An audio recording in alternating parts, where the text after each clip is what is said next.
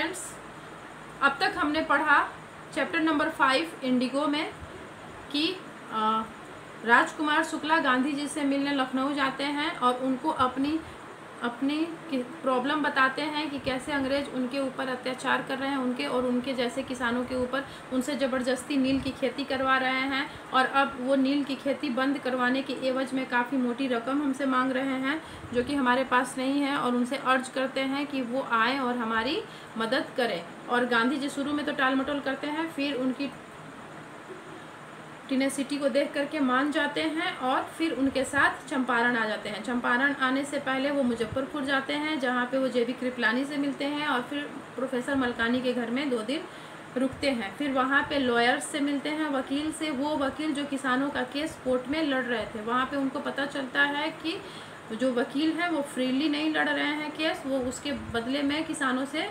Fees लेते हैं। इस पर गांधी जी उनको डांटते हैं। और फिर जब किसानों को पता चलता है कि गांधी जी आए हैं उनकी हेल्प करने के लिए, तो वो पैदल ही या किसी साधन से सबके सब मुजफ्फरपुर पहुंच जाते हैं गांधी जी से मिलने के लिए। और फिर वहाँ पे गांधी जी को पता चलता है कि किस तरह से अंग्रेज उनसे ज़बरदस्ती नील की खेती करवा रहे हैं और पूरी की पूरी नील की फसल बिना 1 रुपया किसानों को दिए फ्री ऑफ कॉस्ट उनसे ले लेते हैं और उससे नील नाम का लिक्विड तैयार करके बाज़ार में भेजते हैं। अब जबकि जर्मनी ने सिंथेटिक नील पैदा कर लिया है, सिंथेटिक नील का उत्पादन कर रहा है जर्मनी, तो अब अंग्रेज़ों को फ़ायदा नहीं हो रहा है नील बनाने में, तो वो अब किसानों से उसकी खेती करने को रोक रहे हैं, मगर उसके बदले में मोटी रकम ले रहे हैं। तो जो किसान पैसा जमा कर चुके हैं अंग्रेज़ों को, वो लोगों को जब पता चलता है कि जर्मनी ने सिंथेटिक नील बना लिया है, इसके वजह से ये लोग रोक रहे हैं, तब वो अपना पैसा वापस चाहते हैं अंग्रेज़ों से। उसके लिए वो कोर्ट में केस डाल रखे हैं। अब इसी बीच में गांधी जी चंपारण आते हैं। He began by trying to get the facts, और वो गांधी जी स्टार्ट कर देते हैं वहाँ पे इन्वेस्टिगेशन करना और सारे फैक्ट्स इकट्ठा करने लगते हैं। First he visited the secretary of the British landlords association. British landlords यानी जितने भी ब्रिटिशर्स थे, लैंडलॉर्ड्स यानी ज़मीन के मालिक। ज़मीन वहाँ पे चंपारण में जितनी भी ज़मीनें थी वो सब ज़मीनें एरेबल जो लैंड्स थे, मतलब उपजाऊ ज़मीनों के मालिक ब्रिटिशर्स थे, अंग्रेज थे। तो उन ब्रिटिशर्स का एक एसोसिएशन था, उसके सेक्रेटरी से मिलते हैं। The secretary told him that they could give no information to an outsider. और सेक्रेटरी बोलता है कि एक आउटसाइडर को, एक बाहरी को वो कोई भी इन्फॉर्मेशन नहीं देगा। Gandhi answer that he was no outsider, और गांधी जी बोलते हैं कि वो आउटसाइडर नहीं है भाई, वो इंडिया के ही हैं। आउटसाइडर तो अंग्रेज थे, मगर आउटसाइडर होते हुए भी वो भारत की ज़मीन पे कब्जा कर लिए, और गांधी जी को बोल रहे हैं कि तुम आउटसाइडर हो इसलिए हम तुमको कोई भी इन्फॉर्मेशन नहीं देंगे। Next, Gandhi called on the British official commissioner of the Tirhut division in which the Champaran district ले। डिवीज़न मीन्स होता है प्रमंडल।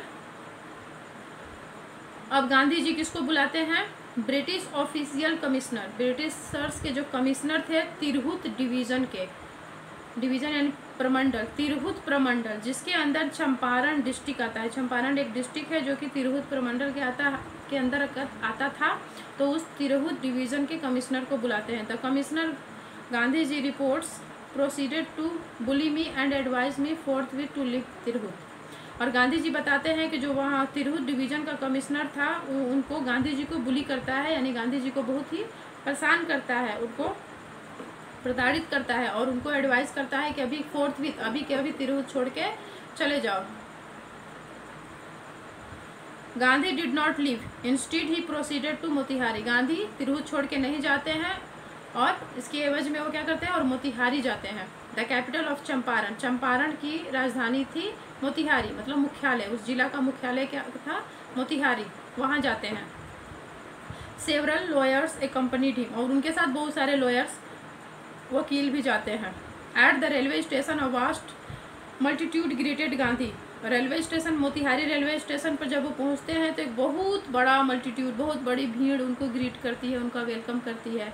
ही went to a house and using it as a head quarter continued his investigation. वो एक घर में जाते हैं, एक घर लेते हैं और उसको अपना हेड क्वार्टर बना देते हैं और वहीं से अपना इन्वेस्टिगेशन स्टार्ट कर देते हैं। A report came in that a peasant had been maltreated in a nearby village. एक दिन उनको रिपोर्ट मिलता है कि बगल के ही एक गाँव में एक किसान के साथ अंग्रेजों ने बहुत बुरा बर्ताव किया है, मॉल ट्रीटेड किया है। Gandhi decided to go and see the next morning he started out on the back of elephant. दूसरे सुबह ही गांधी जी वहाँ जाना चाहते हैं उस गांव में और उस किसान से मिलना चाहते हैं और वो गांव जाने के लिए एक हाथी पे बैठ के जाते हैं, क्योंकि उस समय रोड की कंडीशन अच्छी नहीं थी, सारे गांव रोड से कनेक्टेड नहीं थे जिला मुख्यालय से।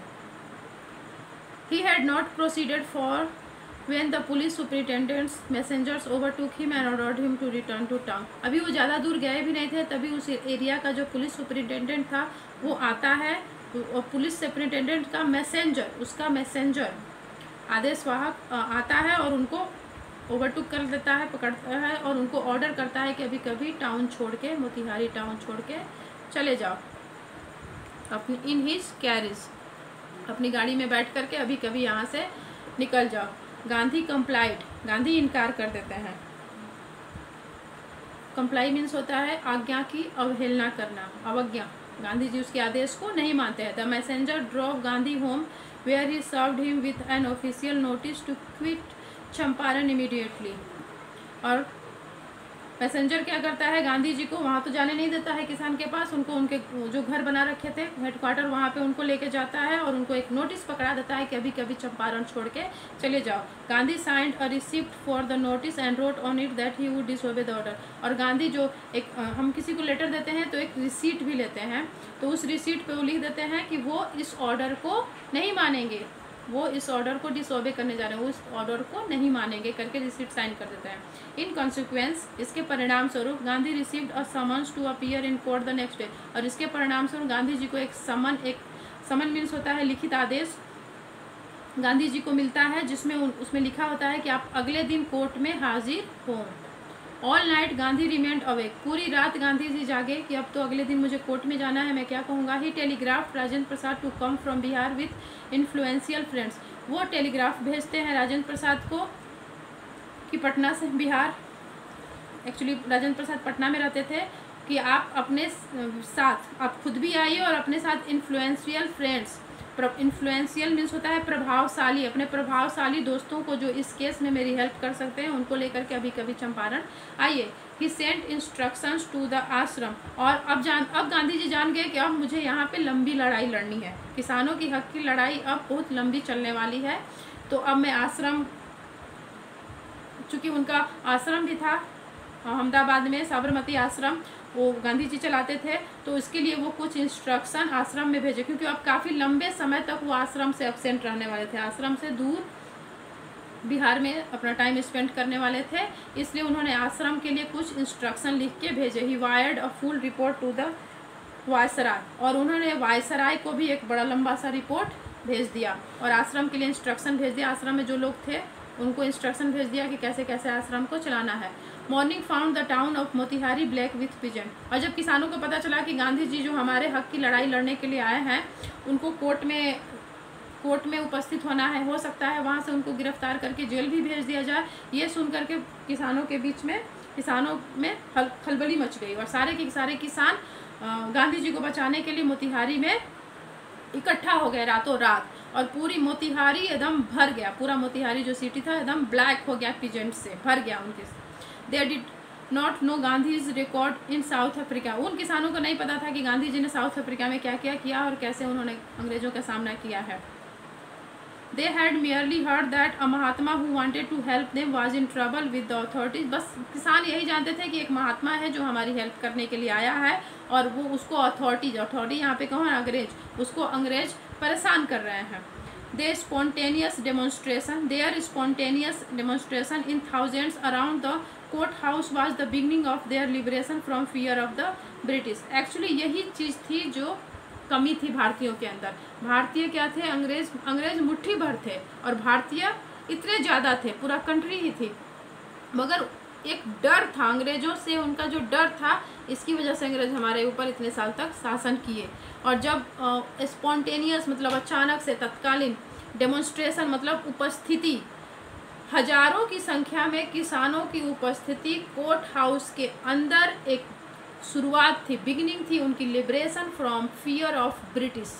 अंग्रेजों के डर से मुक्ति का बिगिनिंग था, क्योंकि हजारों की संख्या में उनकी उपस्थिति एक थ्रेट था अंग्रेजों के लिए। अब अंग्रेजों के मन में डर हो गया, इतने हजारों की संख्या में लोग जुट गए हैं, अगर हम गांधी जी के साथ कुछ बुरा करेंगे तो ये लोग तो तोड़ फोड़ कर देंगे, कुछ भी कर सकते हैं। The officials felt powerless without Gandhi's cooperation. अब जितने जो भी ऑफिशियल्स थे, अंग्रेज थे, अब पावरलेस अपने आप को फील कर रहे थे, लग रहा था कि उनके पास पावर ही नहीं है। अगर अब गांधी जी कोऑपरेट नहीं करेंगे, गांधी जी इस भीड़ को कंट्रोल नहीं करेंगे, इस भीड़ को अगर गांधी जी नहीं समझाएंगे तो इतनी भीड़ तो कुछ भी कर सकती है। हम मुट्ठी भर अंग्रेज हैं यहाँ पे, हमको तो उखाड़ के फेंक सकते हैं, हमारी हत्या भी कर सकते हैं।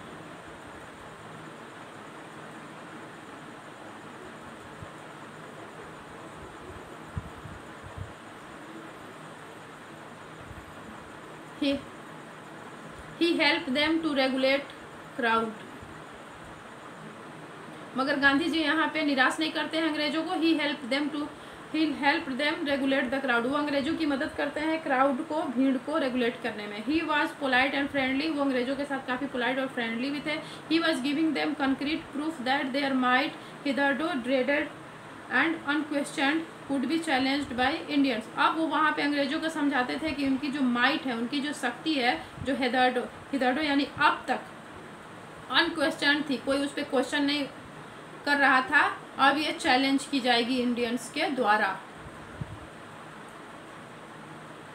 द गवर्नमेंट वॉज बैफल्ड यानी एकदम से घबरा गए थे, वहाँ पे जो अंग्रेज थे वो पूरी तरह से घबरा गए। तो प्रोसिक्यूटर रिक्वेस्टेड द जज टू पोस्टपोन द ट्रायल। और जो प्रोसिक्यूटर्स थे यानी वकील थे, वो जज से रिक्वेस्ट किए कि इस ट्रायल को, कोर्ट में जो बहस चलती है उसको बोलते हैं ट्रायल, तो इस ट्रायल को पोस्टपोन किया जाए, मतलब ख़त्म ना किया जाए, आगे मतलब किसी और डेट पे किया जाए, आज के लिए बंद कर दिया जाए, किसी और डेट पे रखा जाए, पोस्टपोन किया जाए। Apparently the authorities wish to consult their superiors. और जो वहाँ पे मोतिहारी की जो अथॉरिटीज़ थी, वहाँ पे जो अंग्रेज थे, वो अपने से बड़े अधिकारियों से कंसल्ट करना चाहते थे। Gandhi protested against the delay. और गांधी जी कोई भी डिले नहीं चाहते थे, क्योंकि जानते थे गांधी जी कि अगर अब डिले होगा, आज की जो ट्रायल है अगर ये पोस्टपोन होगी जाएगी, किसी और डेट पे होगी, तो क्या पता उस डेट को किसानों को भनक ना लगे, उस डेट का पता ना चले, उस दिन इतने किसान ना इकट्ठा हो, तो फिर हो सकता है ये लोग मुझे जेल में भेज दें, मतलब हमारा आंदोलन वीक हो सकता है। इसलिए आज इतने सारे किसान इकट्ठा हो गए हैं, तो आज हमारा आंदोलन काफ़ी मजबूत है, आज हम अंग्रेजों को झुका सकते हैं। इसलिए वो डिले नहीं चाहते थे, वो बोलते थे कि आज ही ट्रायल हो। He read a statement pleading guilty. वो एक स्टेटमेंट पढ़ते हैं जिसमें वो बोलते हैं कि हाँ मैं गिल्टी हूँ, मैं गुनाहगार हूँ, मैंने आपकी बात नहीं मानी है। He was involve, he told the court in a conflict of duty. और कोर्ट को बताते हैं कि एक्चुअली वो दुविधा में है, अपनी ड्यूटी की दुविधा में है, वो उन्होंने गलती की है, मगर गलती क्यों की है, क्योंकि वो दुविधा में है, अपनी ड्यूटीज़ में दुविधा में है कि हम सरकार की बात माने कि अपने अंदर के इंसान की बात माने। On the one hand not to set a bad example of a law breaker. एक तरफ वो नहीं चाहते हैं कि वो एक बुरा एग्जाम्पल, लॉ ब्रेकर, कानून तोड़ने वाला इंसान बने। On the other hand to render the humanitarian and national service. और जबकि दूसरी तरफ उनका ह्यूमनिटेरियन, मानवतावादी जो उनका व्यक्तित्व है, मानवता एंड नेशनल सर्विस, और उन्हें अपने राष्ट्र की सर्विस करनी है। मतलब एक तरफ चूँकि अंग्रेज हमारे यहाँ के सरकार, उस समय भारत सरकार अंग्रेज़ों के द्वारा ही चलाई जा रही थी, तो अगर वो उनके द्वारा बनाए गए नियम को तोड़ते हैं तो लॉ ब्रेकर बनते हैं, नियम को तोड़ने वाले बनते हैं। तो एक तरफ तो वो है, और दूसरी तरफ एज ए ह्यूमनिटेरियन, मतलब उनकी मानव के रूप में जो एक ड्यूटी है उनकी, कि कैसे गरीब मानव जिसका शोषण हो रहा है, जिसके ऊपर अत्याचार हो रहा है, एक मनुष्य का यही कर्तव्य है ना कि अगर उसके आसपास या उसकी जानकारी में किसी भी मनुष्य के ऊपर अत्याचार हो रहा है तो उसकी वो सहायता करे और अपने राष्ट्र की सेवा करे। तो एक तरफ तो चूँकि अंग्रेज़ सरकार है, अंग्रेज़, तो उनकी बात मानना भी ज़रूरी है, और दूसरी तरफ है मानवतावाद, मानवता की सेवा करना और देश की सेवा करना। तो इस दो तरह की ड्यूटी के बीच में वो फंसे हुए, क्या करें, अपनी सरकार की बात सुने, सरकार की बात सुन करके नियम न तोड़े, कि अपने दिल की बात सुने, मानव होने का धर्म निभाएं और एक देश के नागरिक होने का धर्म निभाएं। अपने देश में जो लोग गरीब तबके के लोग हैं, जिनके ऊपर अत्याचार हो रहा है, उनकी सेवा करें, उनकी मदद करें। क्या करें? तो उन्होंने नियम तो तोड़ा है, अंग्रेजों का, सरकार का नियम तोड़ा है, मगर अपने देश की सेवा के लिए और गरीब जनता की सेवा करने के लिए, गरीब जनता के हक की लड़ाई लड़ने के लिए। For which he had come, और इसीलिए वो आए हैं। He disregarded the order to leave, और उनको ऑर्डर दिया जाता है कि अभी कभी यहाँ मोतिहारी छोड़ के चले जाओ, तो बोलते हैं कि मैं इस ऑर्डर को नहीं मानूंगा। उन्होंने इसीलिए इस ऑर्डर को मोतिहारी छोड़ के जाने वाले ऑर्डर को नहीं माना। Not for want of respect from lawful authority but in obedience to the higher law of our being. वो नहीं चाहते कि हायर जो लॉफुल अथॉरिटी है, जो अंग्रेज है, उनको रेस्पेक्ट करे, इस वजह से नहीं, बल्कि वो उससे भी बड़ा लॉ है बीइंग का, एक मानव होने का जो लॉ है, उसको उन्होंने द वॉइस ऑफ कॉन्शियस, अपने अंतरात्मा की आवाज़ उन्होंने सुनी, और इसीलिए उन्होंने सरकार की बात को नहीं मानी और अपने अंतरात्मा की आवाज़ को सुन करके मानव का जो धर्म है वो निभाया। He asked the penalty due, उन्होंने कहा कि इसके लिए मुझे जो भी पेनाल्टी दिया जाएगा मुझे स्वीकार है। हाँ, मैंने नियम तोड़ा है, मगर मैंने मानवता के लिए अपना नियम तोड़ा है।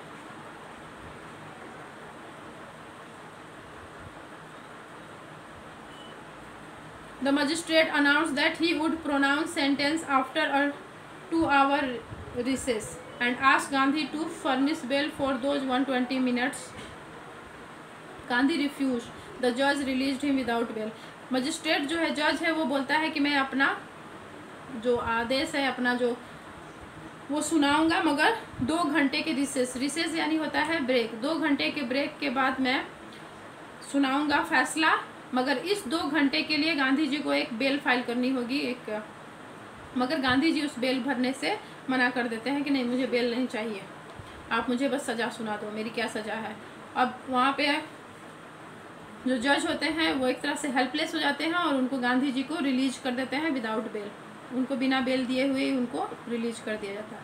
व्हेन द कोर्ट कन्वीन्ड, फिर से जब कोर्ट स्टार्ट होता है, रिकन्वीन्ड मीन्स होता है फिर से स्टार्ट होना। When the court reconvened the जज said he would not deliver the judgement for several days.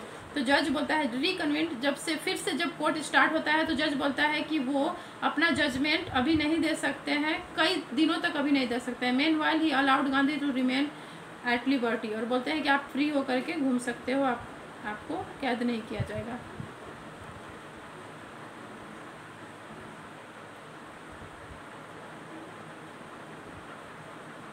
Rajendra Prasad, bridge किशोर बाबू, मौलाना मजहरुल हक and several other prominent lawyers had arrived from Bihar. Bihar मतलब यहाँ से बिहार से यानी पटना से राजेंद्र प्रसाद, ब्रिज किशोर बाबू, मौलाना मजहरुल हक, और ये सब क्या है, सब लॉयर्स हैं, प्रोमिनेंट लॉयर्स हैं, काफ़ी महत्वपूर्ण लॉयर्स थे उस समय के। ये सब लोग गांधी जी की हेल्प करने के लिए बिहार से आते हैं। They confirmed with Gandhi ji से मिलते हैं। What would they do if he was sentence to prison. Gandhi ji उनसे पूछते हैं कि अगर मुझे जेल हो जाती है तो आप लोग क्या करोगे। गांधी पूछते हैं why the senior lawyers replied they had come to advise and help him, if he went to jail there would be nobody to advise and they would go home. Gandhi ji उनसे पूछते हैं कि अगर मुझे जेल हो जाएगी तो आप लोग क्या करोगे, तो बोले हैं कि हम लोग तो आपको एडवाइस देने के लिए, आपको सलाह देने के लिए आए हैं। अगर आपको जेल हो जाती है, आप जेल में चले जाते हो, तो फिर हम किसको सलाह देंगे, तो हमारे लिए यहाँ पे कोई भी काम नहीं होगा, इसलिए हम लोग अपने घर लौट जाएंगे। What about the injustice to the sharecroppers, Gandhi demanded. फिर गांधी जी बोलते हैं तो फिर जो शेयर क्रॉपर्स हैं, ये बटाईदार किसान हैं, इनके साथ जो इनजस्टिस हो रही है, इनके साथ जो अत्याचार हो रहा है, उसका क्या होगा। मैं जेल चला जाऊंगा और आप लोग अपने घर लौट जाओगे, तो फिर इन किसानों का क्या होगा। The lawyers withdraw to consult. फिर लॉयर्स बोलते हैं अच्छा ठीक है, हम लोग आपस में कंसल्ट करके, हम आपस में सलाह मशवरा करके आपको बताते हैं कि हम क्या करेंगे। Rajendra Prasad has recorded the upshot of their consultation. They thought amongst themselves that Gandhi was totally a stranger, and yet he was prepared to go to prison for the sake of the peasants. If they, on the other hand, bring not only residents of the adjoining district but also those who claim to have served these peasants should go home, if would be shameful desertion. अब यहाँ पे राजेंद्र प्रसाद बोलते हैं, जो भी इन लोगों के बीच में कंसल्ट होता है उसको अपसोट, उसको स्टार्ट, उसका परिणाम राजेंद्र प्रसाद बताते हैं कि गांधी जी हम लोगों के बीच के नहीं हैं, गांधी जी स्ट्रेंजर हैं, गांधी जी गुजरात के हैं और हम सब लोग बिहार के हैं। और ये जो किसान हैं ये भी बिहार के हैं और हम लोग इसी चंपारण के एडजॉइनिंग डिस्ट्रिक्ट्स में रहते हैं। मतलब एडजॉइनिंग मीन्स होता है सटे हुए, मतलब हम लोग भले ही चंपारण से नहीं हैं मगर चंपारण के सटे हुए ही जिलों से हम लोग बिलोंग करते हैं। तो एक इंसान जो कि हम बिहार से नहीं है, गुजरात से आया है और वो किसानों के हक के लिए जेल जाने को तैयार है, और हम लोग जो कि एडजॉइनिंग डिस्ट्रिक्ट से हैं, अगल बगल के ही डिस्ट्रिक्ट से हैं और हमारा कुछ भी फ़र्ज नहीं पड़ता। ये तो बहुत ही शेमफुल होगा, बहुत ही शर्मनाक होगा कि गांधी जी के जेल जाने के बाद हम अपने अपने घर लौट जाएं। एक ऐसा इंसान जो हम लोग जो बिहार से बिलोंग नहीं करता है, गुजरात से है और वो किसानों की हक की लड़ाई लड़ने के लिए जेल जाने को तैयार है और हम लोग कुछ नहीं कर रहे हैं, जबकि हम लोग तो उन किसानों के काफ़ी नज़दीक के हैं। फिर भी ये बहुत ही शर्मफुल, मतलब शेमफुल होगा, बहुत ही शर्मनाक होगा। They accordingly went back to Gandhi and told him they were ready to follow him into jail. वो लोग जाते हैं गांधी जी के पास और बोलते हैं कि हम भी आपके साथ जेल जाने को तैयार हैं, अगर आपको जेल होगा तो हम लोग भी जेल जाएंगे। The battle of Champaran is won. अब गांधी जी एक्सप्लेन, गांधी जी बोलते हैं कि अब चंपारण का बैटल, चंपारण की लड़ाई हम लोग जीत गए।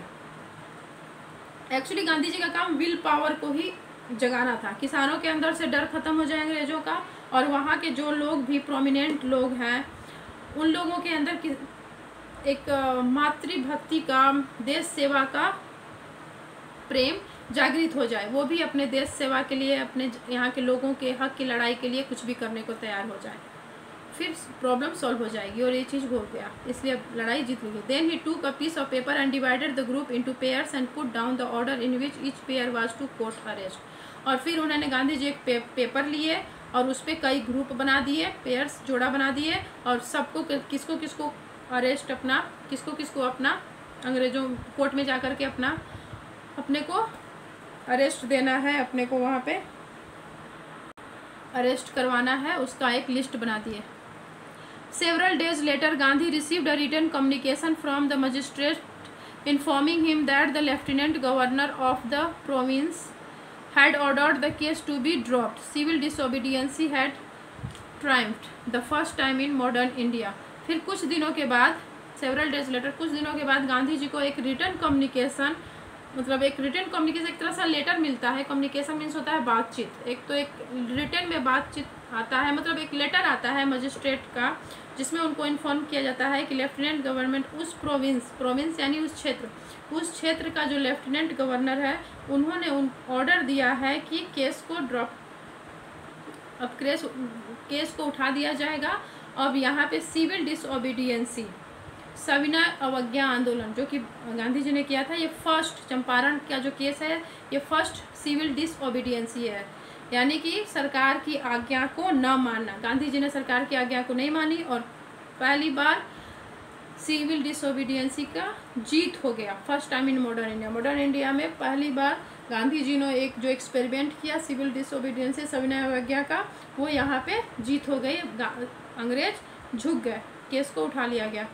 गांधी जी के खिलाफ जो केस फाइल हुई थी कि इन्होंने सरकार की बात नहीं मानी है, उस केस को उठा लिया गया, गांधी जी फ्री हो गए। Gandhi and the lawyers not proceeded to conduct a far flung inquiry into the grievance of the farmer depositions by about 10,000 peasants were written down and notes made on other evidence.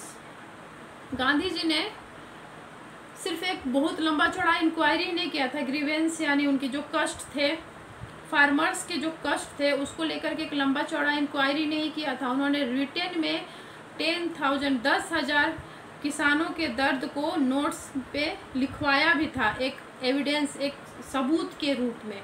सिर्फ inquiry ही नहीं की थी, 10,000 किसानों से return में लिखवाया था कि उनके साथ क्या क्या अंग्रेजों ने किया है। डॉक्यूमेंट्स वर कलेक्टेड, और सारे डॉक्यूमेंट्स को कलेक्ट किए गए।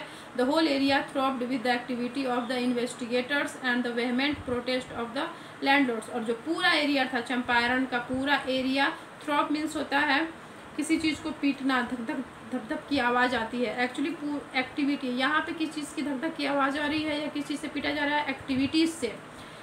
गांधी जी और उनके साथी पूरा इन्वेस्टिगेशन किए उस केस की, किसानों से रिटर्न में लिखवाया उनकी क्या क्या कंप्लेन है, उनके साथ क्या क्या अत्याचार हुए हैं, उनका रिटर्न में लिखवाया गया। तो ये सब एक्टिविटी से पूरा एरिया थ्रॉब्ड यानी हिल गया। और वेहमेंट मीन्स होता है उग्र, प्रोटेस्ट किया गया, प्रदर्शन किया गया। लैंडलॉर्ड्स कौन थे? अंग्रेज। और अंग्रेजों द्वारा उग्र प्रोटेस्ट किया गया इन सब चीज़ों का। अंग्रेज नहीं चाहते थे गांधी जी इन्वेस्टिगेशन करें और ये सब हो, तो उन्होंने इसका प्रोटेस्ट किया, विरोध किया। प्रोटेस्ट यानी विरोध, वेहमेंट मीन्स उग्र। लैंडलॉर्ड्स जमीन के मालिकों द्वारा उग्र विरोध किया गया इस चीज़ का। In June Gandhi was summon to sir Edward Gait the lieutenant governor. जून में गांधी जी को समन किया गया यानी बुलाया गया। कहाँ बुलाया गया? Lieutenant governor Sir Edward Gait जो है लेफ्टिनेंट गवर्नर थे, उन्होंने गांधी जी को बुलाया। Before he went he met leading associates and again laid detail plans for civil disobedience. तो लेफ्टिनेंट गवर्नर से मिलने से पहले गांधी जी जो लीडिंग एसोसिएट्स थे, उनके जो साथी थे, उसमें से जो मेन साथी थे, उन लोगों से फिर से मिले और एक डिटेल प्लान बनाए सिविल डिसोबीडियंस से। सभी ने अवज्ञा का कि अगर हम लेफ्टिनेंट गवर्नर मेरे साथ अगर कुछ करता है तो हम क्या क्या नहीं मानेंगे। If he should not return, अगर वो गांधी जी रिटर्न नहीं होते हैं, अगर वहीं से उनको गिरफ्तार करके जेल भेज दिया जाते हैं, तो उनके साथी क्या क्या करेंगे, इस चीज़ पे गांधी जी डिटेल में प्लानिंग बनाए अपने साथियों के साथ। Gandhi had 4 protracted interview with the lieutenant governor who as a result appointed an official commission of inquiry into the indigo share croppers. Protracted means होता है लंबा चौड़ा। गांधी जी का लेफ्टिनेंट गवर्नर के साथ एक लंबा चौड़ा इंटरव्यू हुआ, जिसके परिणाम स्वरूप गवर्नर ने अपॉइंट किया एक ऑफिशियल कमीशन को, एक ऑफिशियल सरकारी कमीशन का अपॉइंटमेंट हुआ गया। वो ऑफिशियल कमीशन इंक्वायरी करेगी इंडिगो शेयर क्रॉपर्स के साथ सिचुएशन। इंडिगो केयर जो नील की खेती करने वाले बटाईदार गरीब किसान हैं, उनके साथ उनकी क्या सिचुएशन है, इसकी इंक्वायरी करने के लिए एक कमीशन का गठन हुआ इंटरव्यू के बाद। The commission consisted of landlords, government of official and Gandhi as the sole representative of the British. और ये जो कमीशन बनाई गई शेयर क्रॉपर्स की सिचुएशन को जानने के लिए, उसको एग्जामिन करने के लिए, इंक्वायरी करने के लिए, उसमें कौन कौन सदस्य के रूप में कौन कौन थे? लैंडलॉर्ड्स थे यानी कि अंग्रेज थे जिनकी ज़मीनें थी, और गवर्नमेंट ऑफिशियल्स थे, गवर्नमेंट के लोग थे, और गांधी जी सोल एकमात्र रिप्रेजेंटेटिव थे पीजेंट से, गरीबों के तरफ से, गरीब किसानों, पीजेंट किसानों के तरफ से एकमात्र रिप्रेजेंटेटिव के रूप में गांधी जी थे। Gandhi ji remained in Champaran for an initial uninterrupted period of 7 months and then again for several shorter visits. The visit undertaken casually on the entreaty of an unlettered peasant in the expectation that it would last a few days occupied almost a year of Gandhi's life. Gandhi ji Champaran में एक साथ पूरा uninterrupted, बीच में कोई interruption नहीं हुआ, कोई भी छेड़छाड़ नहीं हुआ। 7 महीने तक गांधी जी पूरा चंपारण में रहे। फिर उसके बाद वो अपने आश्रम लौटे और फिर बीच में वो शॉर्टर छोटे छोटे विजिट्स, मतलब बीच बीच में 7 महीने तक तो लगातार चंपारण में रहे। फिर उसके बाद आश्रम लौट गए और फिर बीच बीच में आते रहे और विजिट करते रहे और किसानों से मिलते रहे और पूरा केस को उन्होंने देखा। और इस तरह उन्होंने पूरा 1 साल चंपारण को दिया। 1 साल, 7 महीने लगातार और छोटे छोटे टुकड़ों में 1 साल तक वो रहे। The official inquiry assembled a crushing mountain of evidence against the big planters and when they saw this they agreed in principle to make refunds to the peasants, but how much must we pay, they asked Gandhi ji. अब जो commission बना हुआ था उसने पूरी inquiry कर ली। Inquiry के बाद एविडेंस, जो साक्ष्य मिले, उससे पता चला कि हाँ, जो प्लांटर्स हैं यानी जो इंडिगो प्लांट लगाते थे वो किसान, उनके साथ सच में इनजस्टिस हुई है, इसलिए उनको रिफ़ंड मिलना चाहिए। उन लोगों ने जो अंग्रेज़ों का पैसा जमा किया है वो उनका रिफ़ंड होना चाहिए, उनको फिर से उनको उनका पैसा रिफ़ंड किया जाना चाहिए। मगर कितना? पूरा का पूरा पैसा उनको रिफ़ंड करना चाहिए, आधा, चौथाई, कितना पैसा रिफ़ंड होना चाहिए? उन्होंने गांधी जी से पूछा।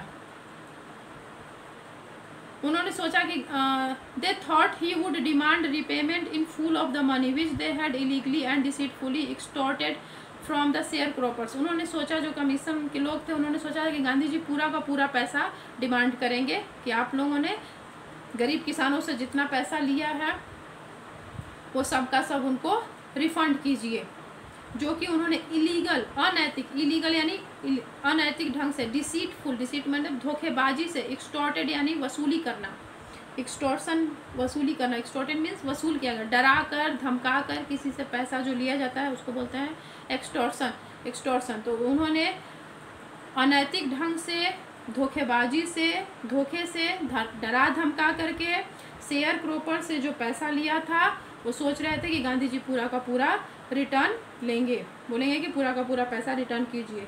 बट ही आस्क्ड ओनली 50%, मगर गांधी जी ने कहा कि 50%, मतलब जितना आप लोगों ने किसानों से पैसा लिया है उसका 50%, आधा पैसा उनको लौटा दीजिए। There he seemed adamant, writes reverend Z Hodge, a British missionary in Champaran who observe the entire episode at close range. एक मिशनरी था, मिशनरी जो क्रिश्चियन धर्म के प्रचार प्रसार के लिए होते हैं, क्रिश्चियनिटी का प्रचार प्रसार करते हैं, पादरी होते हैं या फादर होते हैं मिशनरी, वो थे, काफ़ी रेवरेंट थे, काफ़ी रेवरेंट मीन्स होता है ऑनरेबल।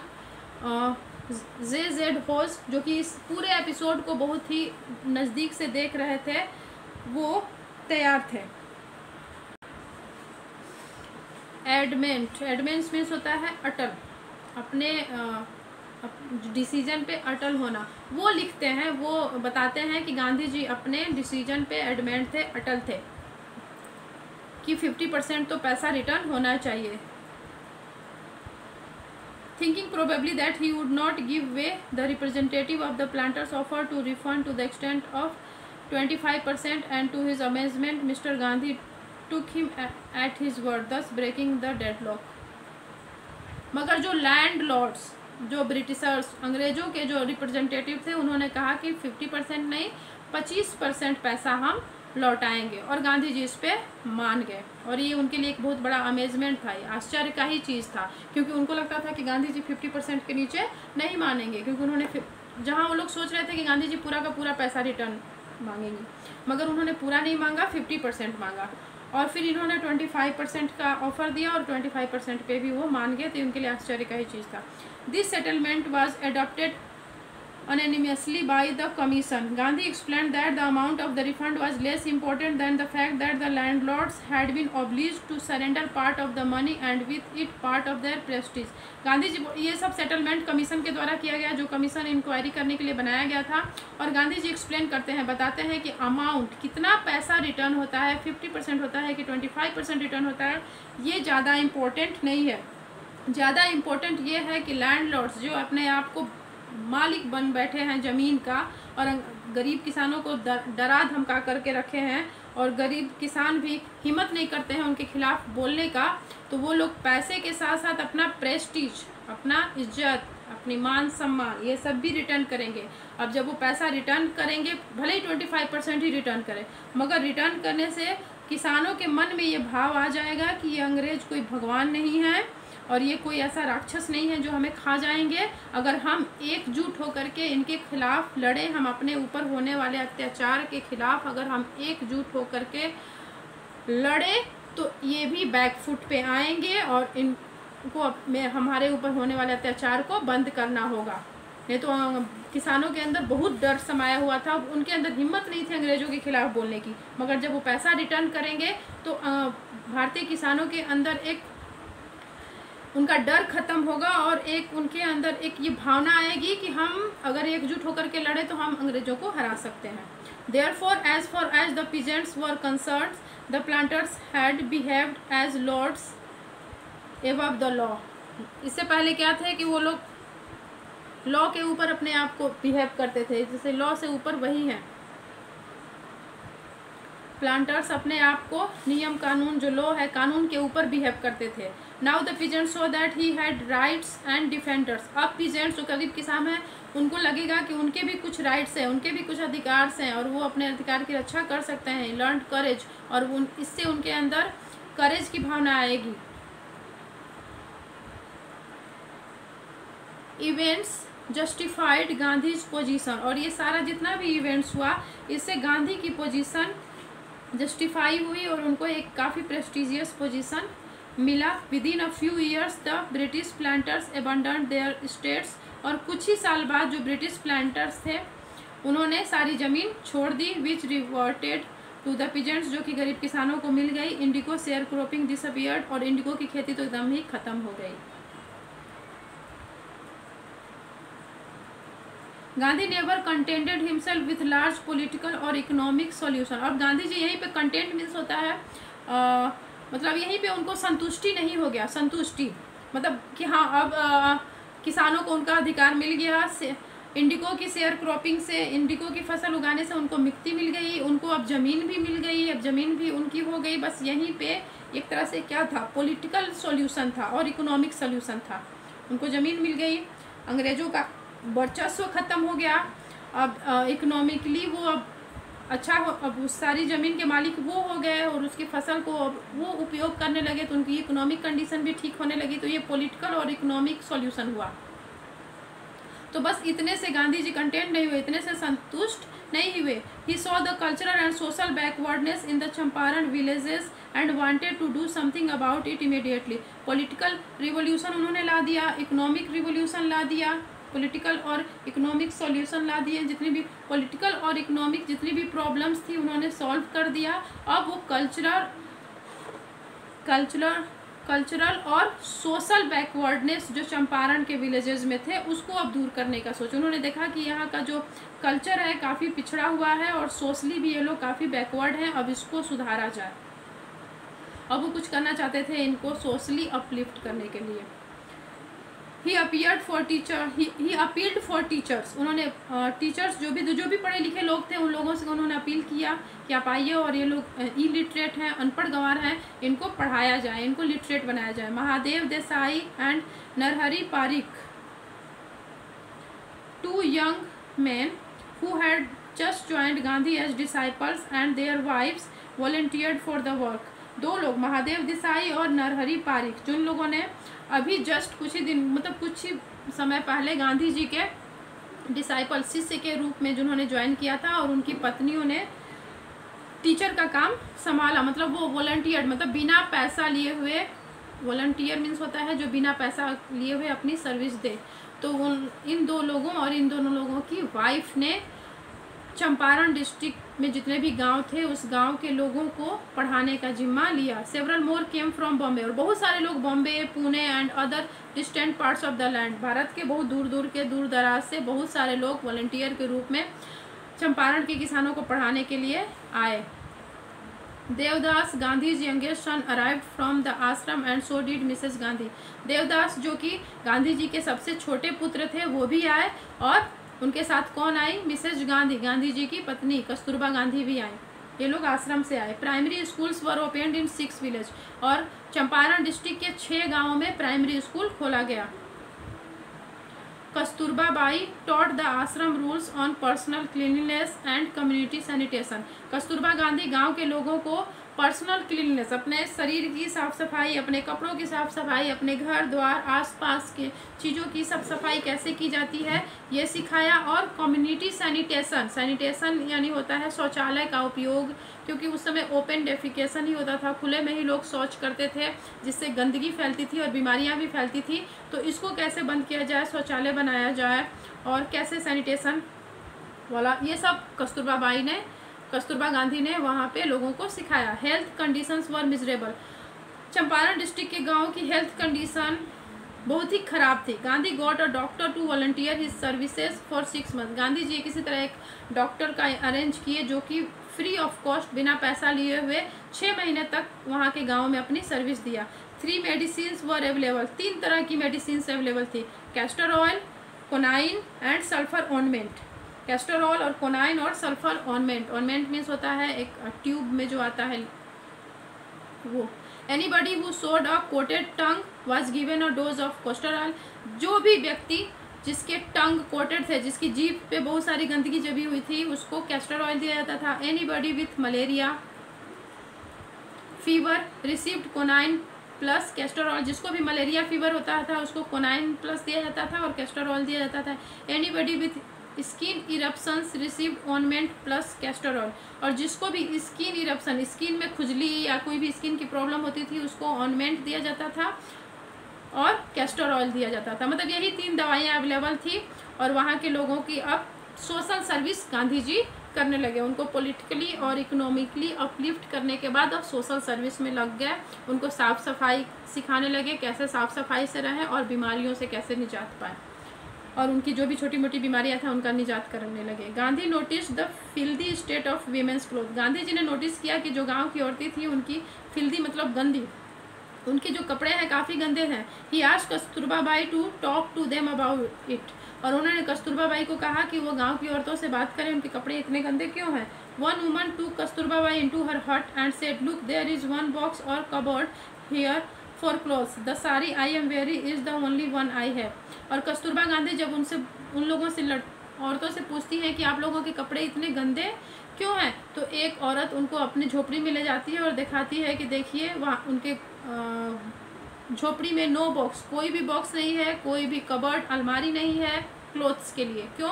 क्योंकि जो साड़ी उसने पहन रखी है उस औरत ने, वही एकमात्र साड़ी है जो उसके पास है। मतलब एक ही साड़ी वो पहनती है, एक ही साड़ी उसके पास है ही है। तो अगर उस साड़ी को वो धो करके सूखने के लिए डाल देगी तो उतने देर तक वो क्या पहनेगी। इसलिए वो लोग साड़ी धोती ही नहीं है, इसलिए साड़ियाँ गंदी हैं। एक ही मतलब इतनी गरीबी है कि सिर्फ एकमात्र कपड़ा है तन पे जिसको वो डेली पहनती हैं, इसलिए साफ़ नहीं कर पाती हैं। During his long stay in Champaran Gandhi kept a long distance watch on the आश्रम, चंपारण में रहते हुए भी गांधी जी इतनी लंबी दूरी से भी अपने आश्रम में एक लॉन्ग वॉच, मतलब वहाँ के लोगों से कनेक्टेड थे टेलीग्राम के माध्यम से, या जैसे भी आश्रम में क्या हो रहा है वो सभी पता लगाते रहते थे। He sent regular instruction by mail and ask for financial accounts, वो हमेशा मेल भेजते रहते थे आश्रम में, और फिनेंशियल अकाउंट्स वहाँ पे कैसे चल रहा है। फिनेंशियल अकाउंट्स यानी पैसे रुपया, आश्रम चलाने के लिए पैसे की ज़रूरत है, तो कैसे वहाँ पे आश्रम चल रहा है, कैसे पैसों का अरेंजमेंट हो रहा है, इसका भी वो अरेंजमेंट करते रहते थे यहीं से चंपारण से। Once he wrote to the residents that it was time to fill in the old latrine trenches and dig new ones, otherwise the old ones would begin to smell bad। और वहाँ पे उन्होंने वो लैट्रिन्स भी काफ़ी, चंपारण के गांव में उन्होंने लैट्रिन्स भी बनवाया, लोगों को सिखाया कि कैसे ओपन डेफिकेशन से बचें, खुले में शौच ना करें। लैट्रिन्स अपने लिए बनाए, उसके लिए गड्ढा खोदें और उसको यूज करें, और जब गड्ढा भर जाए तो फिर उस गड्ढा को बंद करके फिर नया गड्ढा खोदें, नहीं तो उस गड्ढे से बहुत बदबू आने लगेगी। The Champaran episode was a turning point in Gandhi's life, Champaran वाला जो एपिसोड है वो गांधी जी की लाइफ का टर्निंग पॉइंट है, वहाँ से लाइफ उनकी टर्न हो गई। What I did he explained was a very ordinary thing, उन्होंने जो किया बताते हैं कि मैंने जो किया एक ऑर्डिनरी थिंग था, एक साधारण थिंग था, चीज़ था। I declare that the British could not order me about in my own country, मैंने यही चीज़ दिखाया कि ब्रिटिशर्स जो हैं अंग्रेज मुझे मेरे ही देश में ऑर्डर नहीं दे सकते हैं। But Champaran did not begin as an act of defiance, मगर चंपारण जो ना एक एपिसोड है ये सिर्फ इसको डिफाइंस के रूप में ना देखा, डिफाइंस यानी आज्ञा का उल्लंघन करना, तो ये did not begin as an act of defiance, ये सिर्फ आज्ञा का उल्लंघन करने से ही नहीं स्टार्ट हुआ है।